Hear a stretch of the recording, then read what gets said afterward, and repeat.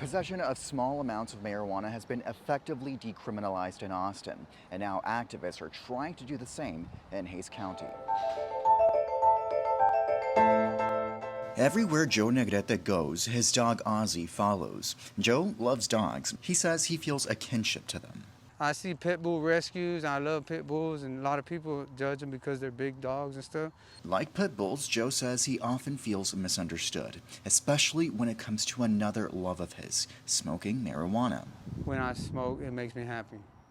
I'm not in it to get mixed up. I'm in it because I need it, and it really does calm me down. Over the last few years, Joe's piled up 2 misdemeanors for possession of an ounce or less of marijuana. For the first time they took me to jail, they took my truck.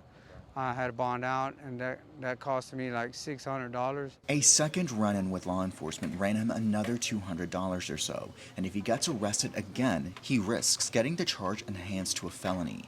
And that's where Mano Amiga comes in.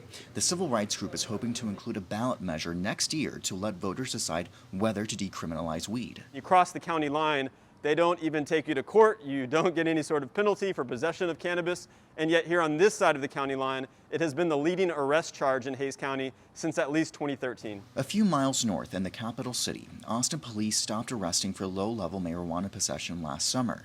Advocates want to see the same thing in Hays County. This is definitely something that we have to look into and change for not only the sake of everyone being affected by the criminalization of marijuana, but especially disenfranchised individuals and people of color who have been targeted by law enforcement for decades. It'll be way different for me.